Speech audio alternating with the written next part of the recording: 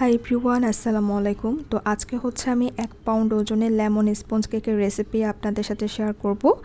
এই স্পঞ্জটা হচ্ছে বেক করার পর কতটুকু ওজন হয়েছে এবং এর সাথে কতটুকু ক্রিম দিলে আমাদের 1 পাউন্ডের একটি কেক আমরা তৈরি করতে পারবো। সাথে হচ্ছে একটি ফাঁকিবাজি লেমন কাট করব। তো আশা করি আপনাদের ভালো লাগবে। এখানে আমি দুটো ডিমের হলুদ আর সাদা অংশ আলাদা করে নিয়েছি। আর এবার হচ্ছে আমি সাদা অংশকে খুব ভালো করে বিট করে নিব, একদম ফোমি টেক্সচার না হওয়া পর্যন্ত। ফোম হয়ে যাওয়ার পর এবার আমি দিয়েছি এখানে চিনি 1/2 কাপ, আর এটাকে হচ্ছে আমি 2 বারে দিয়ে বিট করে নিব। চিনিটা গলে না যাওয়া পর্যন্ত বিট করে নিতে হবে। আর আজকে হচ্ছে আমি এখানে হ্যান্ড উইক্স ব্যবহার করছি, আপনারা চাইলে এখানে বিটার মেশিনও ব্যবহার করতে পারেন। চিনিটা গলে আমাদের ব্যাটারটা হচ্ছে চকচকে হয়ে যাবে। তো এবার দিয়েছি আমি এখানে লেমন ইমালশন 1/2 চামচ, আপনারা চাইলে এখানে 1 চামচও দিতে পারেন। এবার হচ্ছে খুবই আলতো হাতে এটাকে মিশিয়ে নিতে হবে 10 সেকেন্ডের মতো। এখন দিচ্ছি দুটো ডিমের হলুদ অংশ, এটাকেও হচ্ছে আমি খুবই আলতো হাতে মিশিয়ে নিব।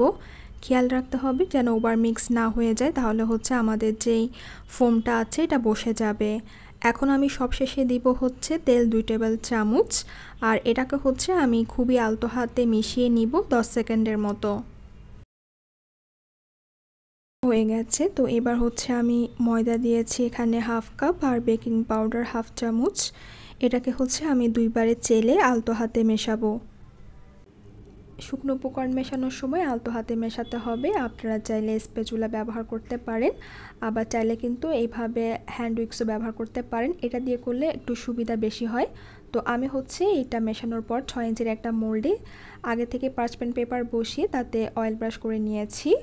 এটাকে বেক করে নিব 160 ডিগ্রিতে 25 থেকে 30 মিনিট।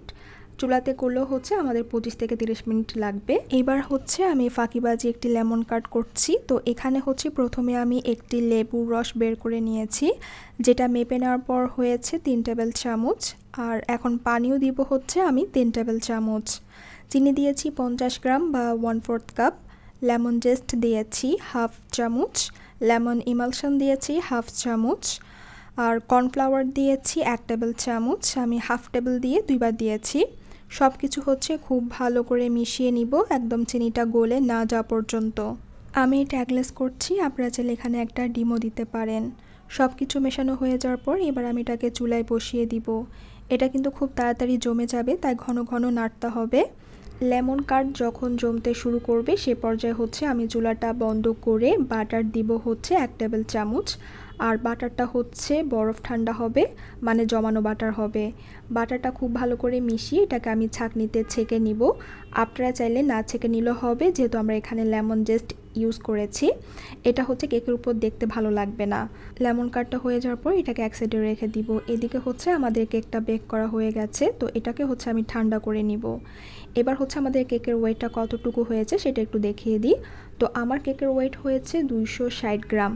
এবার হচ্ছে আমাদের 1 পাউন্ড কেকের ডেকোরেশন করতে কতটুকু ক্রিম লাগবে সেটা দেখিয়ে দিচ্ছি। তো আমরা যদি 1 পাউন্ড ধরি 450 গ্রাম, তো 450 গ্রাম থেকে যদি আমি 260 মাইনাস করি তাহলে হচ্ছে আমাদের 190 গ্রামের মতো ক্রিম লাগবে। তো আমি হচ্ছে একটু বেশি করে নিব যাতে করে আমাদের পাইপ করতে সুবিধা হয়। তাছাড়া হচ্ছে ডেকোরেশনের উপরও নির্ভর করে।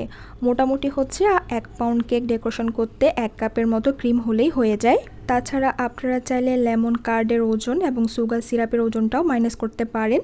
আমি কখনো এটা করি না, আপনারা চাইলে করতে পারেন। তো আমাদের কেকটা কতটা সফট হয়েছে, আমি হচ্ছে এটাকে 3টা স্লাইস করে নিয়েছি। যদি আপনারা 7 ইঞ্চি মোল্ডে করেন তখন 2টা স্লাইস করলে হয়ে যাবে। এদিকে হচ্ছে যে ক্রিমটা আমি নিয়েছি এটা হচ্ছে আমি সামান্য পরিমাণ লেমন ইমালশন নিয়ে খুব ভালো করে বিট করে নিয়েছি।